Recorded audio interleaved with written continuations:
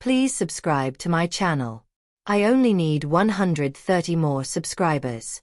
When Sarah looked at me that evening, her gaze carried defiance mixed with a strange calmness that unsettled me. I had asked a simple question: why she was dressed up and where she was headed.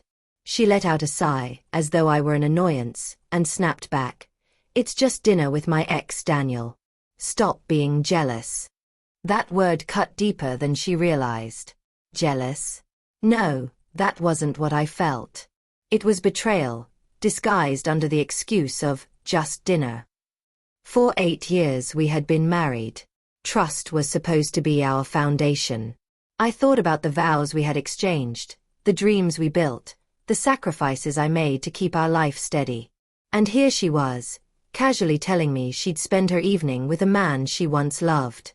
I wanted to believe her, but the dismissive tone, the lack of reassurance, and the way she brushed past me as if I didn't matter told me something else entirely.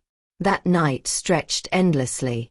I sat in the living room, staring at the muted television, waiting.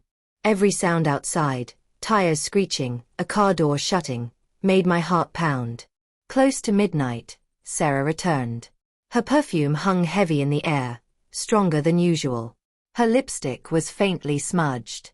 She avoided my eyes, mumbling about being tired. I didn't press her. I only nodded, though inside my chest a storm raged. Sleep didn't come. Her words replayed, "Stop being jealous." But it wasn't jealousy eating me alive, it was respect. She had trampled it, mocked it, treated it like an obstacle to her freedom. That night I knew something had to change. The next morning, Sarah woke late and rushed to get ready for work.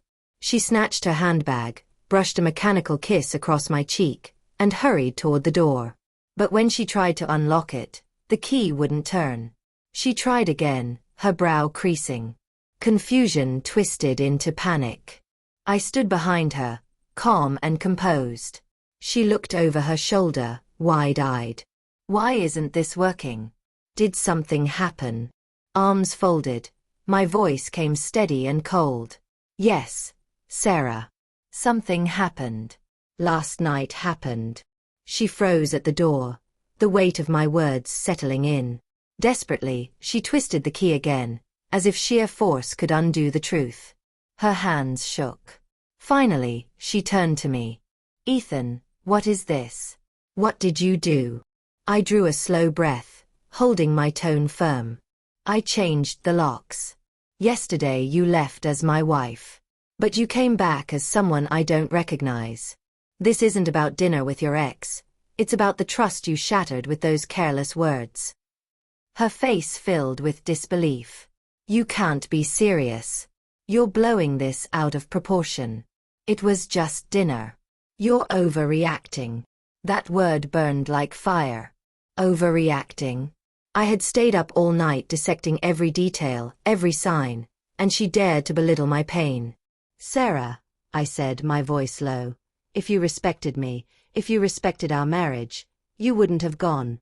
Do you think any faithful spouse would casually meet an ex while their partner sat at home, wondering why they weren't enough?" Silence pressed between us. Her lips trembled, but no sound came. Then, barely audible, she whispered, "Ethan, I didn't mean to hurt you. I just wanted to feel something again. Something exciting." Her confession cut deeper than any lie. So it wasn't about dinner. It was about chasing a thrill, leaving me with humiliation and doubt. "You wanted excitement," I answered quietly. "Well, here it is, the thrill of not knowing where you stand anymore. The rush of realizing the man who carried this marriage has stopped being your safety net." Tears filled her eyes as she reached for me, but I stepped back. Her face shifted from anger to desperation. "Please, Ethan, don't do this. I made a mistake. It's not what you think. I still love you." Her words rang hollow, fragile like glass about to crack. "Love doesn't look like this, Sarah," I said, shaking my head. "Love doesn't hide behind excuses or chase thrills from the past. Real love protects. It doesn't gamble." She broke then, knees buckling as she clutched her handbag like it could anchor her. I stood still, watching the woman I once built a life with collapse in the same place she once stood in her wedding dress, vowing loyalty. The irony bit deep. I turned away, walking toward the kitchen as her sobs filled the hallway. Part of me ached to hold her, to erase the night before, but the wiser part knew forgiving too easily would only invite more betrayal. She had to face the weight of her choice. "Where am I supposed to go?" she asked through tears. I paused with my back still turned. "Maybe the same place you went last night.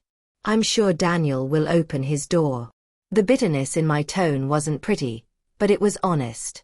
She gasped, sobbing harder. "It wasn't like that. Please, Ethan, don't throw us away." I turned, meeting her eyes with calm resolve. "I didn't throw us away, Sarah. You did, when you dismissed me as jealous. When you said I was overreacting. When you chose someone else's company over the man who stood by you all these years. That's when you made your choice. I'm just living with it." Silence fell. She rose slowly, her face streaked with mascara, stripped of the dignity she once carried. For the first time, she looked small, not because I made her so, but because her lies had reduced her. She walked down the driveway, clutching her handbag like it was all she had left.